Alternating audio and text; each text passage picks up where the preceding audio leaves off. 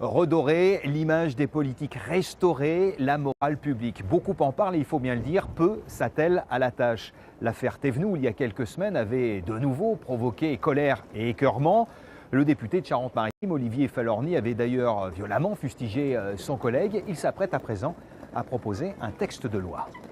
Moi, je suis aussi indigné de la même façon quand je vois M. Balkany se pavaner dans l'hémicycle alors qu'on sait qu'il a fraudé le fisc avec des villas à l'étranger. C'était le mois dernier. Olivier Falorni défraye la chronique après le retour d'élus en infraction fiscale dans l'hémicycle. Depuis, il a élaboré un texte de loi concernant les législateurs, un texte en 4 articles pour que les fraudeurs ne trônent plus au Parlement.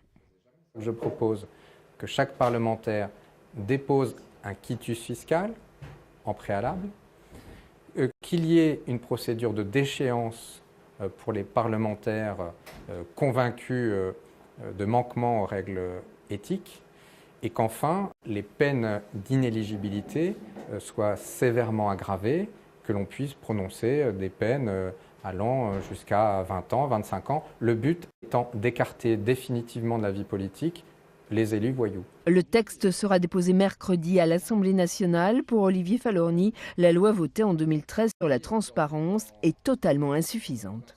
Aujourd'hui, la loi n'empêche pas M. Thévenoud de siéger à l'Assemblée nationale. C'est un scandale. Et si l'on veut lutter contre les poujadismes, contre les populismes, contre l'anti-parlementarisme qui monte, il faut être exemplaire.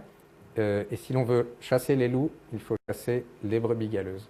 Olivier Falorni, qui a écrit une proposition de loi sur la fin de vie, vient d'obtenir l'engagement de François Hollande qu'un projet de loi pourrait être déposé en mars prochain.